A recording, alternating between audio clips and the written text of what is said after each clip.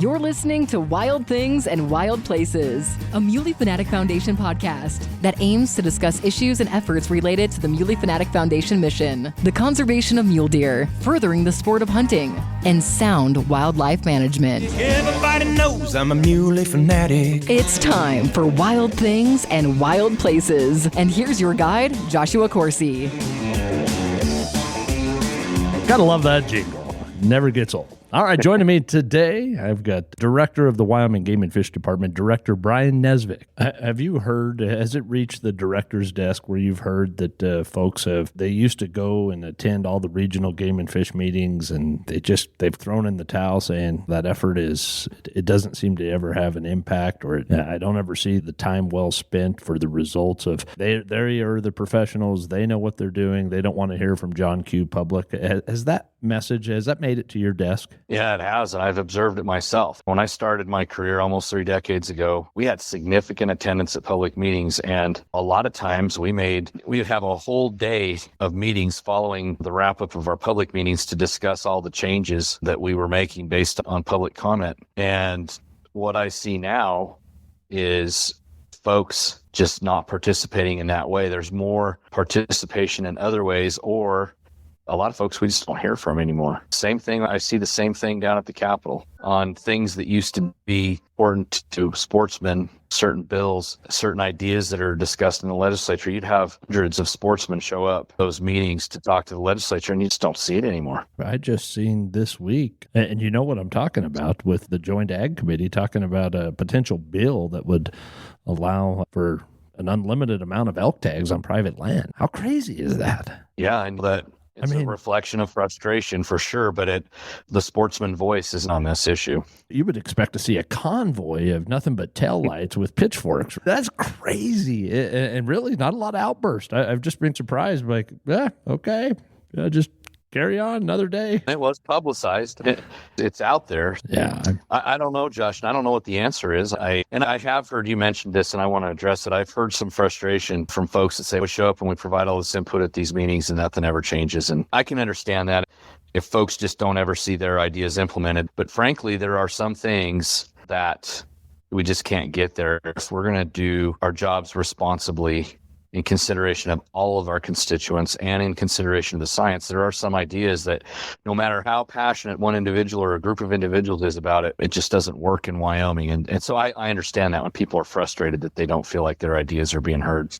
Yeah, in regards to the participation at the public meetings, and certainly it's physically having tangible bodies in the room, that is certainly on a downward trend, but that's probably also a reflection of the time and the technology of which we have available to us. A pandemic certainly has been a game changer in many arenas. Look at how folks now can testify even with our legislative body. But I'm assuming that online comments, they carry great weight and value for the department. Absolutely. We read every one of them, and so does the commission. And yeah, it's still important for people to let us know what they think. And I will tell you that I know this isn't possible for everybody. There's only so many red shirts to go around, but a lot of the best input we receive is from those one-on-ones with a field biologist or warden.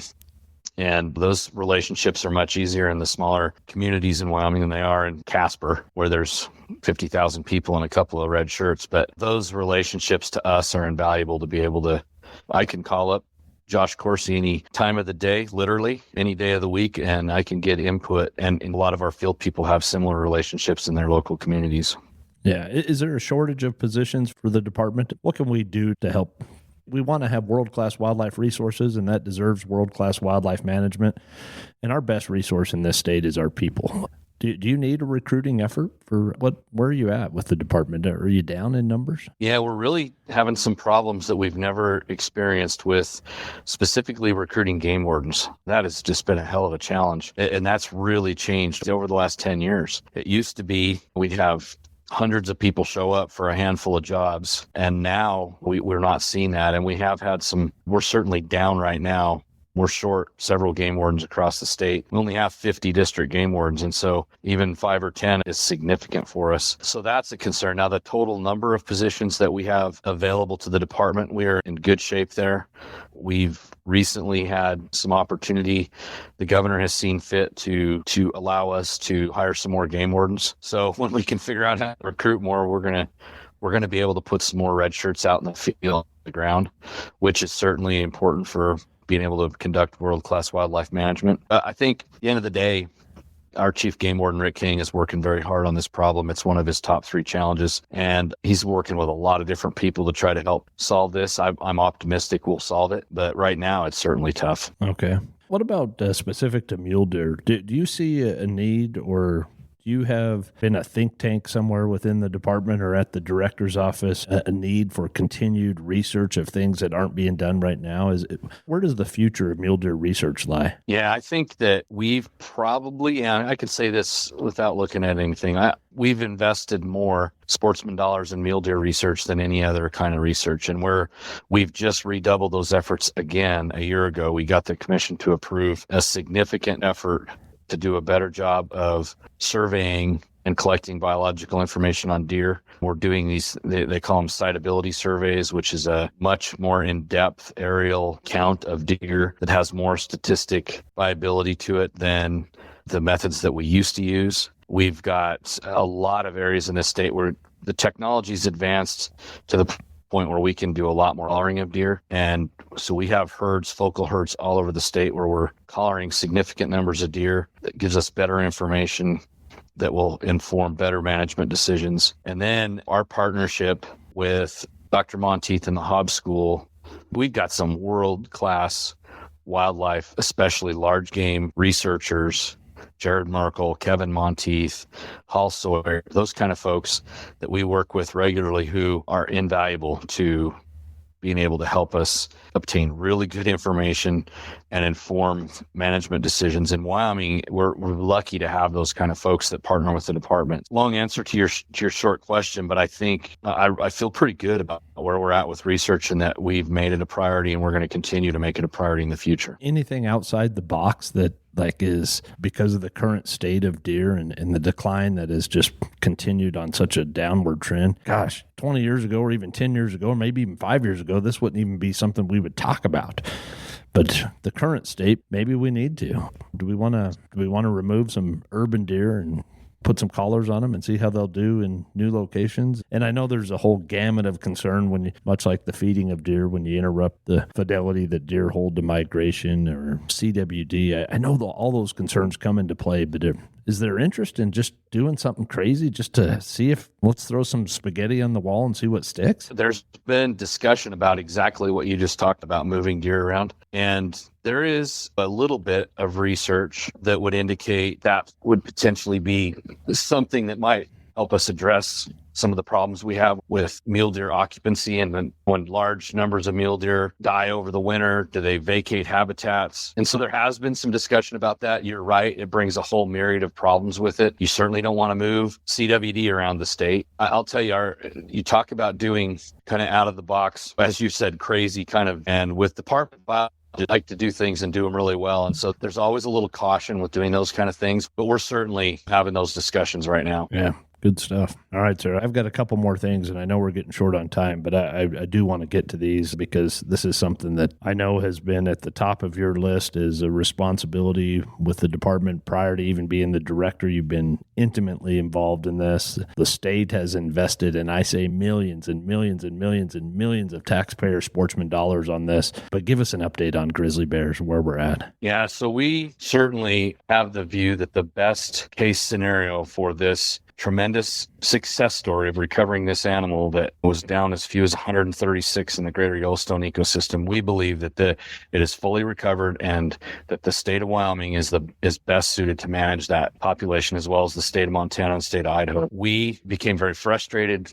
There's been multiple lawsuits that have put us in a spot where they're relisted after they were delisted. The federal government frustrated us, the Fish and Wildlife Service, with interest in quickly delisting bear again after the last time that litigation stopped it. The governor decided to do our own petition to basically use the same tactic that a lot of times environmental groups use to list a population. The governor chose to use the same tactic to delist a population. The Fish and Wildlife Service violated their own timelines on that. And so again, we're frustrated. It's back in the courts, and we're hoping for a favorable ruling from the courts to basically tell the Fish and Wildlife Service that they've got to follow their own law and they've got to issue a decision one way or the other on delisting and answer Wyoming's petition. And so we're really in a holding pattern. That's where we're at with bears. Is there a timeline on that holding pattern? Are they up against a clock? They are, and they already broke their timeline. And we're almost to 24. Wow. All right. Well, keep up the good work on that, sir. I know that's been something that has now spanned multiple governor administrations. I really thought we might see some win on this when Governor Meade was at the top. But yeah, hopefully we can get this done while Governor Gordon is leading the charge, huh? Governor Gordon would love to see this happen quickly. It was one of the first things that he asked me to do when he was elected, when he came into office, to try to figure this out. All right. The final question, sir, because this has been pressing. I'm sure you've heard it. I'm sure your folks have heard it at every region across the state, but probably more predominantly in western Wyoming. Even probably some of the commission members have talked about this, but the potential for going limited quota for mule deer statewide. Yeah. Is that real? So it's real. I know that this is an issue that's been discussed for a long time. I think that while it's been cussed and discussed in the past, and ultimately there's never been a move to do that, to go that direction, I think it's ripe for another discussion. The opportunity is just continued with the decline of mule deer, the gradual decline of mule deer, and the increased interest from hunters. This opportunity to hunt mule deer is becoming at such a place where I think we need to have that discussion again. We need to have a discussion about what mule deer management looks like in the future. We just did a mule deer attitude survey, and we found basically the same thing we've heard before. It's like a 50-50 split. Half the people are supportive and half the people aren't. Statewide limited quota. But I think in the name of opportunity and quality of experience, we should have that discussion as a state again. The one thing that I hear is we've got a quota to save our deer. And that's one thing that I vehemently do. Going limited quota statewide when you're only harvesting buck deer is not saving deer populations. We have to address the female reproductive component of populations in order to recover or to increase those populations. Being more conservative with buck harvest does not increase deer populations. I don't advocate for having this discussion about statewide limited quota to save mule deer. I think it's about quality of experience and looking at what opportunities we have now with a more. Yeah, but you're still there, sir? Okay. I broke up right there at the very end about you don't view this as a move that would save mule deer, and I agree. I don't believe that the harvest of the male aspect of the population has an impact on the sustainability of the population as a species. But I think what's driving some of this, from what I'm hearing, and I'm sure it's very similar to what you're hearing, is that the quality of the experience in the field, as you mentioned, is certainly there. But I think more than anything, I think there's just this simple mathematic thought process of if we're limiting the number of people and the pressure on the landscape, then it allows us to really dial in with great precision in these general areas, particularly in western Wyoming, with great precision of what does that pursuit look like every fall, and how do we manage at a very dialed in and scalpel-like level? No, I think you're right. And how do you more closely manage the number of folks that are out there, which is a direct impact on the quality of experience. Do you think that leads to choose your weapon? We've seen other states that are doing that, all in the name of quality of time in the field or multiple rifle seasons. Do you think having some of those options in the toolbox is something Wyoming would consider, or do you think Wyoming, just because other states are doing it, doesn't make it right, and we don't necessarily want to be what other states are being? What I would tell you is that those kind of things are really more public policy driven. They're not biological decisions. The manner in which folks exercise their opportunity, whether it's forcing them to pick to only hunt archery or to only hunt rifle, doesn't significantly change anything biologically. It's more about people exercising their opportunity to hunt and how they want to do that. And when you're talking public policy, we really got to listen to and when we've had these discussions in the past, there just was not ample public support to move forward with doing those kind of things. We made the department made a recommendation. We made a hard push several years ago with regards to choose your weapon, and the public came out in droves and said, no, don't do that. Yeah. I don't know if we're in a different spot now, but I think that is a way for more people to have opportunity if you don't get to hunt for 2 months. If you don't get to hunt both the archery season and the rifle season on one license. I do agree with you that if you do split up, and instead of having a month-long season, you have 2 seasons that are 2 weeks each, you increase the number of folks that can be exercising the opportunity. Again, though, you just don't want to we don't like to make changes. The commission doesn't feel comfortable making those kind of big changes to our policy without robust support, and that always hangs it up. Don't Colorado my Wyoming. Yeah, I've heard that. There are elk seasons down there like that, and I think they have 5 general elk seasons, and they're all like 5 days long.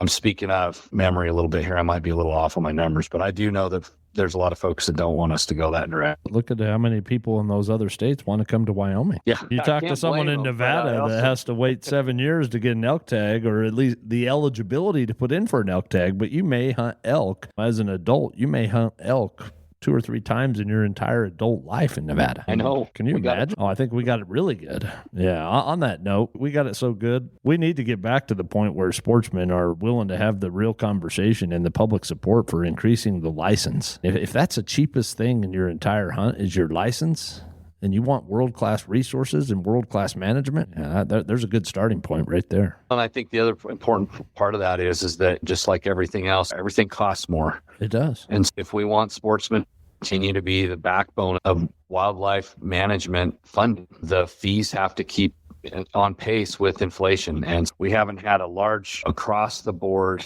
significant fee increase since 2008. There was a small one when the department was taken off the general fund, I think in 2017. But other than that, there's not been a across-the-board inflationary adjustment to license fees in quite some time.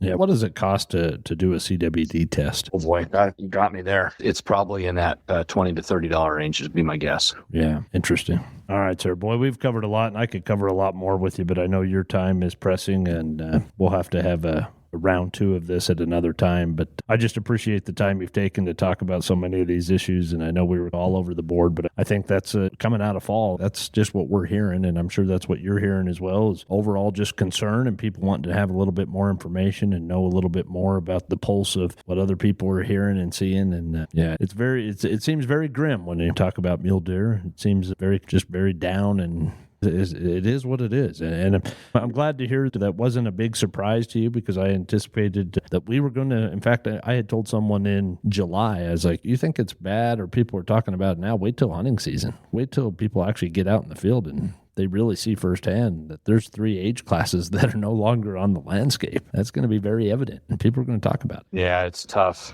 It's tough. Hey, I appreciate the opportunity, Josh, and I look forward to the next time. Director Nesvik, thank you. I appreciate it. Have yourself a great day. Go Pokes. Hey, absolutely. Go Pokes on 307. Gathered around the campfire's flickering glow, stories ignited, bridging hearts and minds as the world outside faded and connection reigned supreme.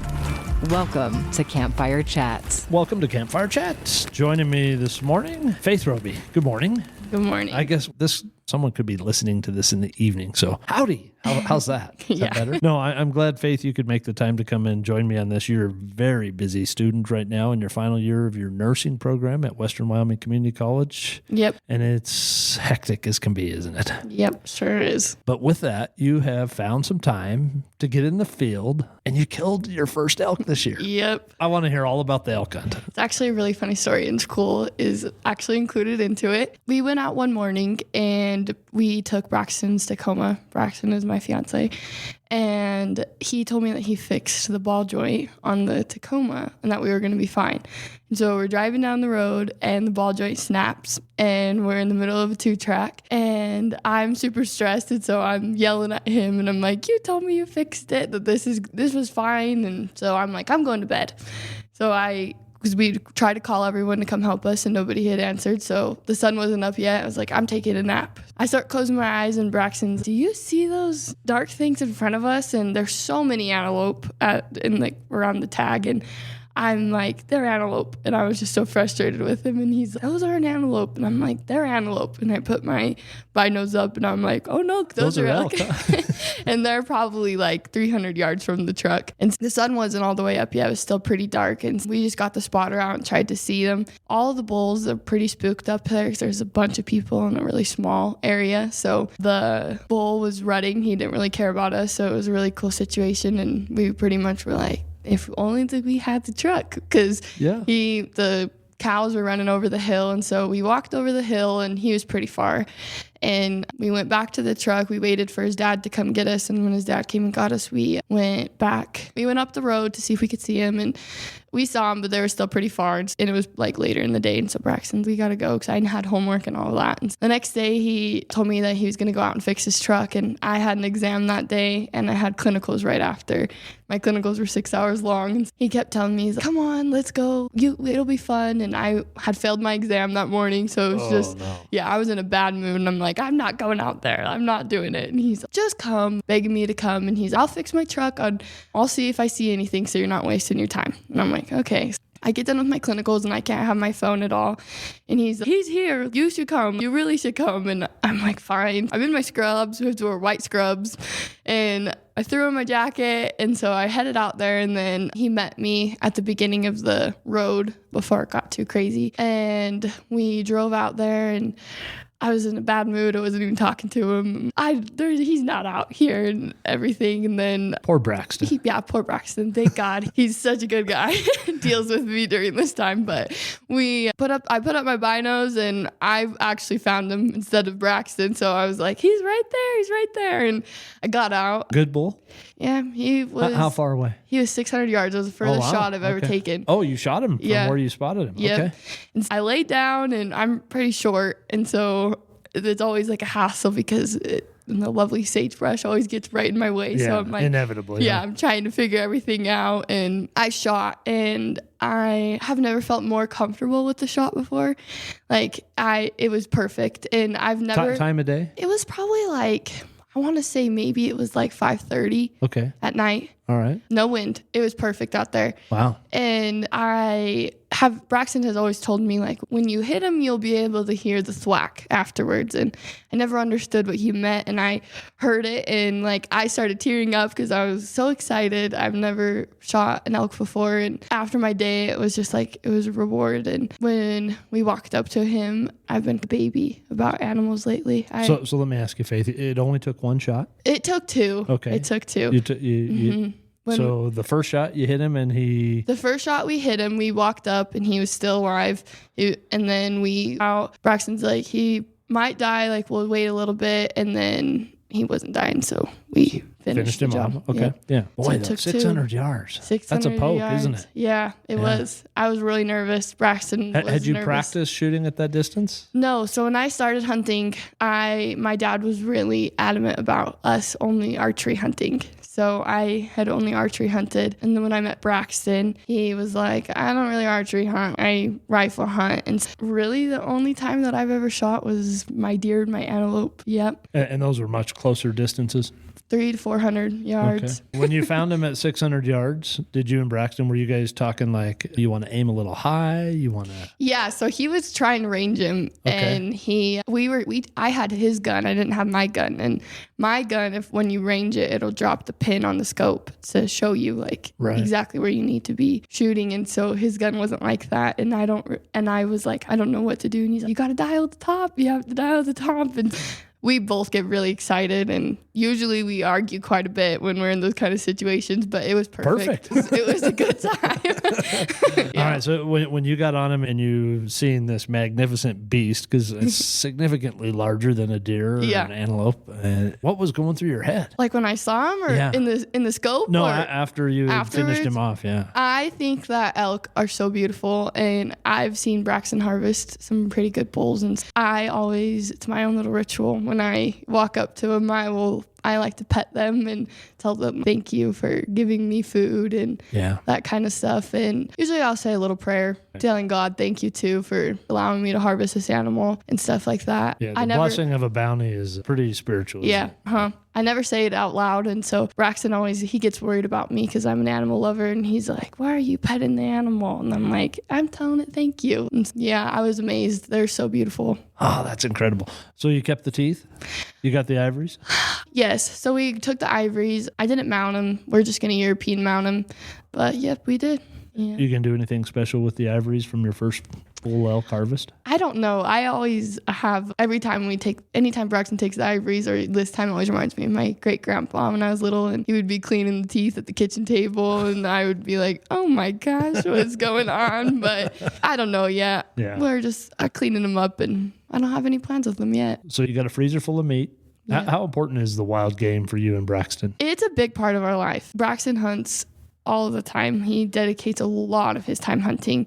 Tested our relationship quite a bit this year because he's always gone, but I know that's what he likes to do, and I enjoy going out with him. And it's really cool, like when you, like especially when you have family or friends over and you have dinner and you're like, like I killed that. Yep. You got a favorite recipe?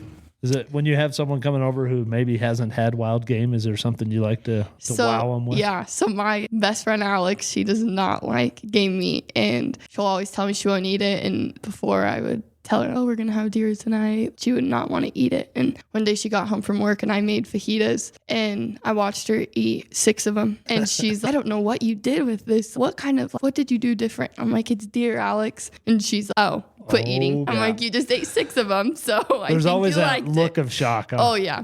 But definitely fajitas or deer fajitas are my favorite. That's a go-to. Yep. Mm-hmm. All right, dream hunt. Now that you've put an antelope down, a deer, a bull elk, do you have getting a bull elk with a bow and arrow? Is it archery hunt? Is that where do you go from here? What's the dream hunt?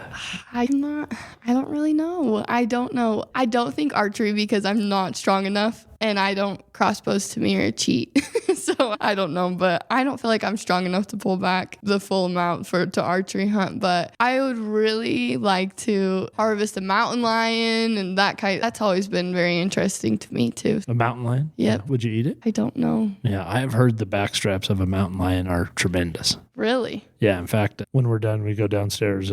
Ask Chris about eating them. Chris, he raves about it. Wow. A lot. So much that I'm like, every time he talks about it, I'm like, why didn't you share? Yeah, see, and that's what I share the love. We work together. You're telling me how great it is. Yeah, and I've always wondered that too, because I see like a lot of people that kill them, and I always wonder, what do they do with the meat? Do they eat them or anything? So yeah, that's interesting to know. Interesting. No, I'm just so glad we could talk about your hunt. It was a very special memory that you'll hold for years to come. Braxton as well, and you'll always be mindful of wearing the white scrubs and in the midst of what is a grueling schedule of education right now. But you can see the light at the end of the tunnel. Yeah, that's exciting. It was super funny too, because afterwards I'm still in my scrubs and everybody wanted to see it, and we took it down to Braxton's work, and all these people were out there and they're like, congratulations, Braxton, and he's this isn't my bull.